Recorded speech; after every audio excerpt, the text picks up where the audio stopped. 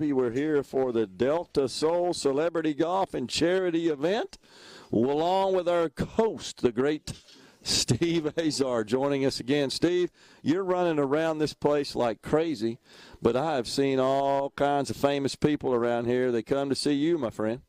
A lot of good folks. Sorry about that. Sorry about that. I turned myself down. Yeah, sorry. I should know better by now, right? So nobody knows what happens when I do my radio show. I'm alone. So when I have professionals with me. No, we're live. That's the deal. Yeah. Well, I know. I love it. That's why Will won't let me have a live show. And Kim and Steve are going, oh, God, please no.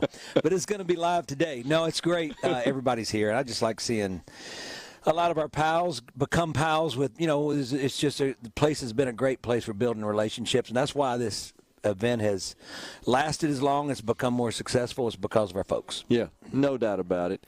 And what's really fun, Steve, when I come here is talking to members who represent, or people I should say, who represent organizations that benefit from the great work of the St. Cecilia Foundation. That's pretty cool.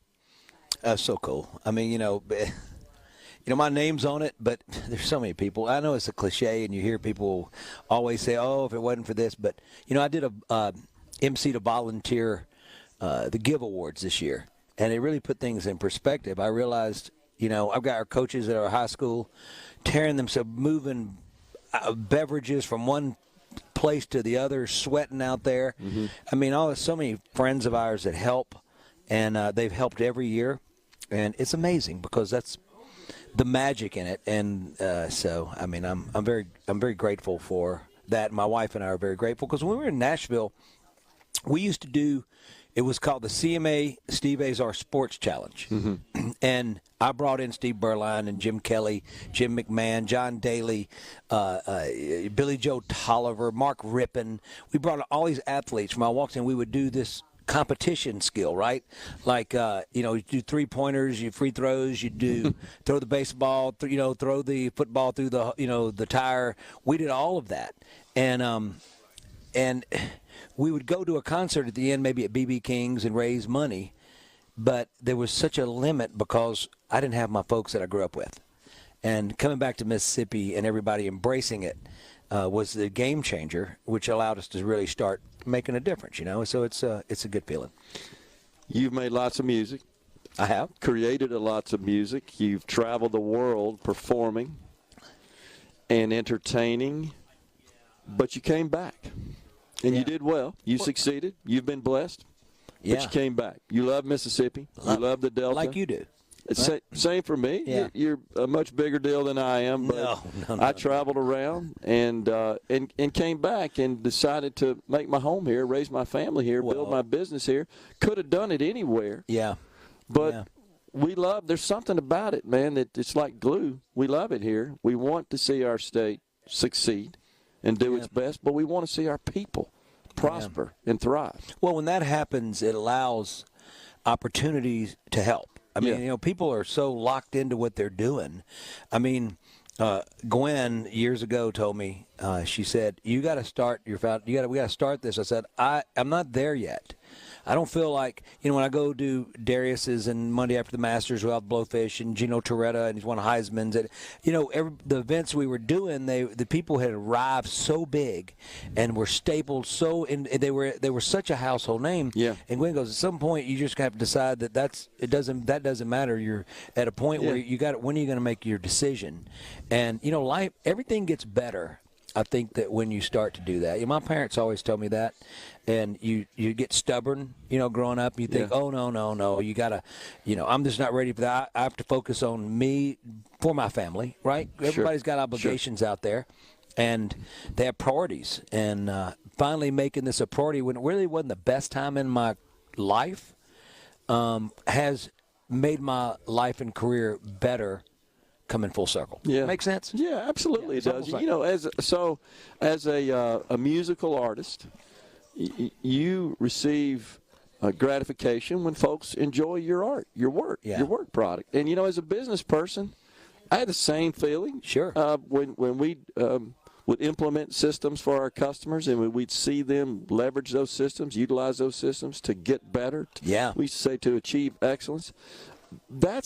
That's the ultimate form of gratification in exchange for your work product.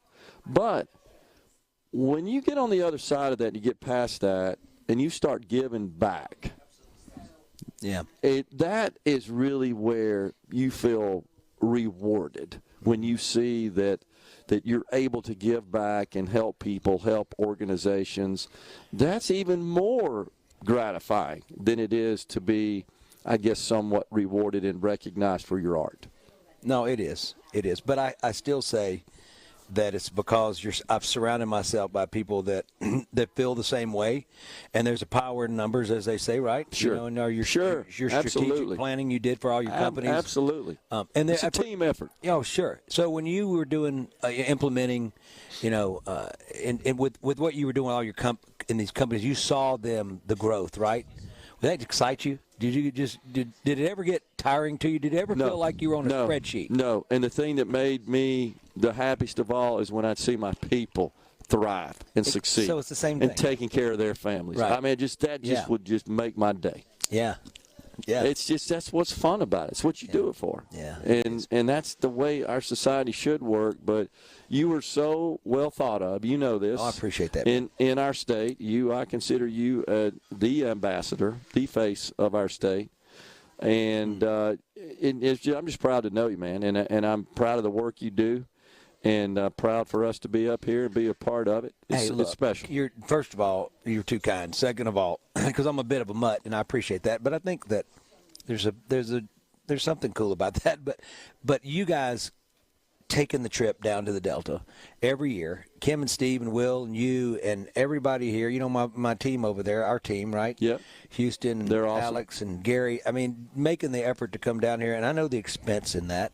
And I know the time it takes for y'all out of your, you got to drive home now. I mean, and I appreciate, y'all have no idea how much I appreciate that. No. And we're spreading the word of something that's so special to me. And it just makes me feel like, I'm really part of this team. And I've had the blast with doing my radio show. It's been, Gerard, you think about it, you and me are doing a radio show. I know it. It's crazy. Right? Sometimes I wake up and say, how did I get here? And Ricky Matthews. I cracked up. Awesome. Ricky's like, what are we doing? And but we love it because Paul, it's what he is. Yeah, right.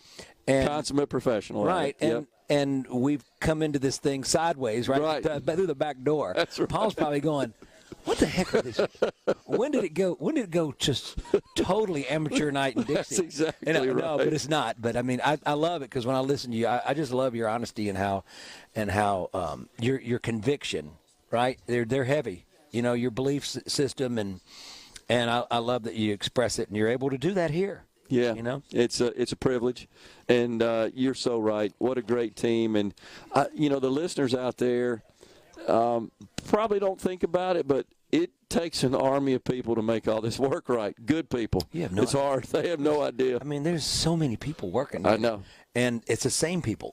Right, exactly. And I'm looking at Jason over there. I'm going to have him on in a little bit. I'm going to have Jason and Chris and Rudy, some of my guys who have been with me for 27, 22, and 17 years. That's a long time to be together. Yep.